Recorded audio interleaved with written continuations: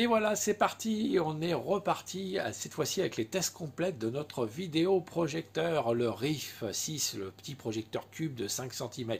Vous l'avez découvert hier en déballage, vous allez découvrir ce qu'il a dans le ventre aujourd'hui sans plus attendre, c'est maintenant.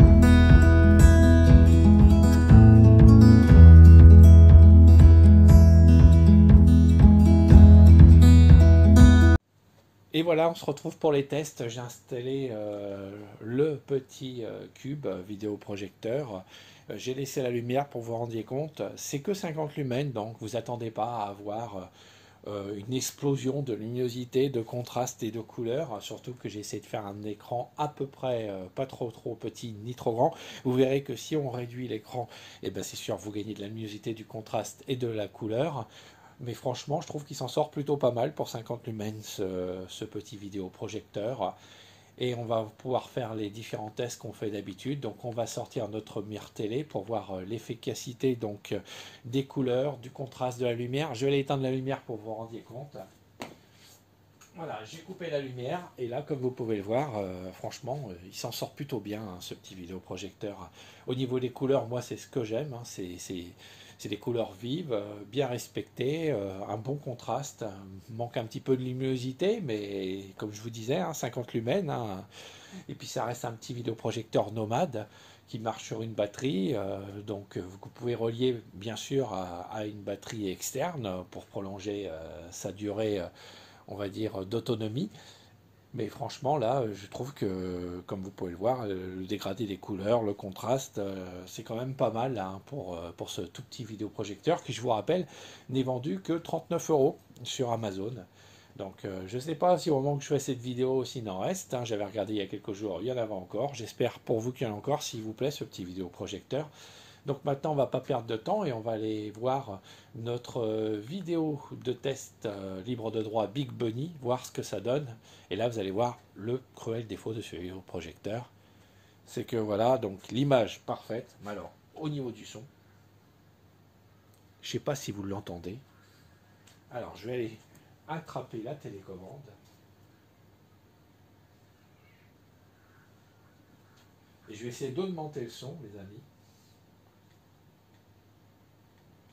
Vous voyez, on n'entend rien. Alors je vais augmenter par la Mi Box. Mais alors le son c'est cruel défaut. Je vous conseille vraiment de connecter une petite enceinte. Alors si vous voulez vraiment qu'il soit nomade, partez sur une enceinte Bluetooth avec une petite connexion jack qui aura une batterie pour que vous rendez vraiment tout le produit nomade. Mais là c'est vrai que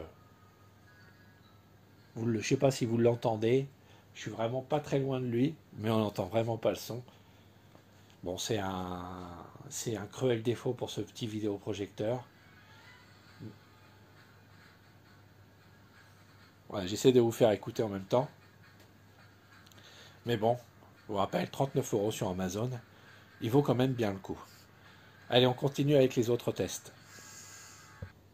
Alors, j'ai mis des petits fichiers dans une carte SD. Je n'ai pas relié cette fois-ci mes disques durs. Hein, j'ai juste mis des petits fichiers pour qu'on se rende compte ce que ça donne. Donc, hop. Alors, je vais me mettre bien derrière sur la télécommande. Par contre, il faut bien pointer, les amis. Voilà, hop.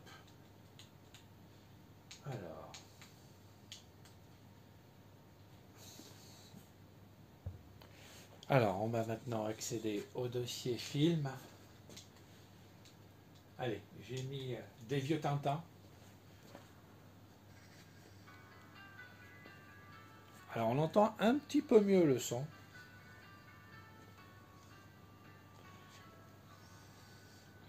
Voilà, je vais juste faire le début. Et ça, c'est vraiment un fichier qualité VHS. Voilà, pour regarder des dessins animés pour les enfants, c'est pas mal. Donc on va passer les Tintins et on va aller directement voir, allez, un film. Voilà, donc là c'est Casper. Alors par contre là, il n'y a pas de, comme sur les autres vidéoprojecteurs, il n'y a malheureusement pas de décodage du son. Mais ça c'est un peu logique. Hein. Alors comme d'habitude, hein, vous branchez votre petite box Android, votre ordinateur, et puis vous en profitez dans ce cas-là. Mais franchement, là, on obtient quand même... Ah si, je suis de mauvaise langue. Il y a bien un décodage du son, il est tellement faible que...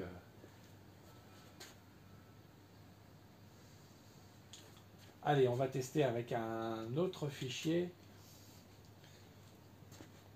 Voilà, donc ça c'est un fichier Netflix, c'est la morsure du serpent.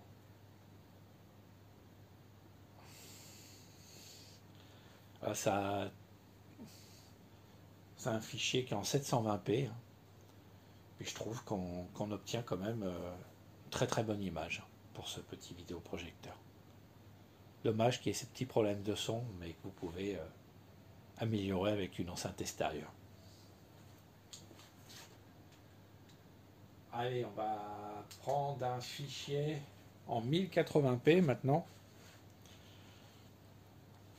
Alors, pas de décodage de son, mais ça, comme vous le savez, c'est un peu logique sur ce style de vidéoprojecteur.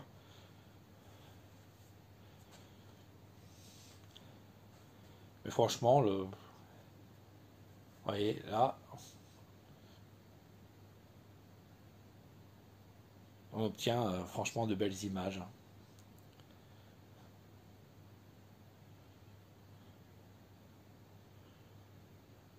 Et puis je voulais vous faire voir aussi avec un...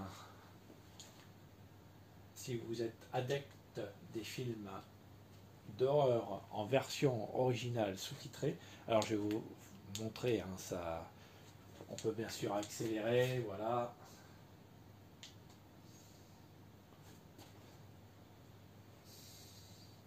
Et puis comme à notre habitude, on a bien sûr notre lecteur. Voilà. Donc je vais vous laisser. Hop. Vous voyez donc, au niveau des sous-titres, c'est parfaitement lisible. Alors comme je vous disais, j'ai pas pu malheureusement brancher ma Nintendo Switch parce qu'il me manque l'adaptateur. Alors je vais couper. Voilà. Mais bon, je pense que ça doit bien fonctionner également pour les jeux. S'il faut, je referai une petite vidéo test de ce vidéoprojecteur juste pour la partie Switch. Mais là, on peut dire qu'il s'en sort plutôt pas trop mal. Oui. Puis la batterie a tendance à tenir quand même assez bien. Vous voyez que je l'ai utilisé. Oh, je dis que ça dépasse un petit peu les 90 minutes d'autonomie. Là, on ne le voit pas très très bien. Je vais essayer de vous le sauver pour vous le montrer. Voilà, ici, vous voyez la batterie. Voilà le niveau de batterie. Donc là, elle est à la moitié. Donc je pense que ça peut dépasser un petit peu les 90 minutes. Franchement, pour mettre sous la tente, en camping, ou bien alors en déplacement, dans une chambre d'hôtel, chose comme ça, c'est vraiment le petit vidéoprojecteur qu'il vous faut. Mais n'oubliez pas d'y adjoindre, comme je vous disais, une petite enceinte auxiliaire pour améliorer la qualité du son. Voilà, ainsi s'achève donc ce test. Ainsi s'achève cette nouvelle vidéo avec les tests complets de notre vidéoprojecteur Cube Rift 6. J'espère que ces tests vous ont plu et vous ont convaincu. Si c'est le cas, n'hésitez pas à découvrir dès demain les notes qui ont été attribuées, le verdict complet sur ce vidéoprojecteur. Et puis si vous avez aimé la vidéo, vous lâchez des petits pouces bleus. Vous connaissez les petits pouces bleus, ça fait remonter la chaîne dans les recherches, ça nous fait plus connaître et donc connaître plus d'abonnés. Et si ce n'est pas le cas, j'espère que vous souhaitez vous abonner et rejoindre les 423 abonnés qui ont déjà fait confiance à la Scami TV. Vous n'hésitez pas à vous abonner, vous en parlez autour de vous, vous partagez la vidéo, vous avez le droit. Et vous avez le droit également de parler de nous pour nous faire connaître. Voilà. En tout cas, n'hésitez pas aussi à nous dire ce que vous avez pensé sur ce vidéoprojecteur, sur ces tests dans les commentaires ci-dessous ou sur le mail de la Scami TV à scamitv@gmail.com. J'espère en tout cas que ce test complet vous a plu. Je vous donne rendez-vous demain pour le verdict sur ce vidéoprojecteur, connaître les différentes petites notes qui ont été attribuées ainsi que sa note finale. Je vous souhaite à tous de passer un excellent moment sur YouTube et vous donne rendez-vous demain 18h pour une nouvelle vidéo de la Scami TV et de la test à la recherche du meilleur vidéoprojecteur. Salut à tous!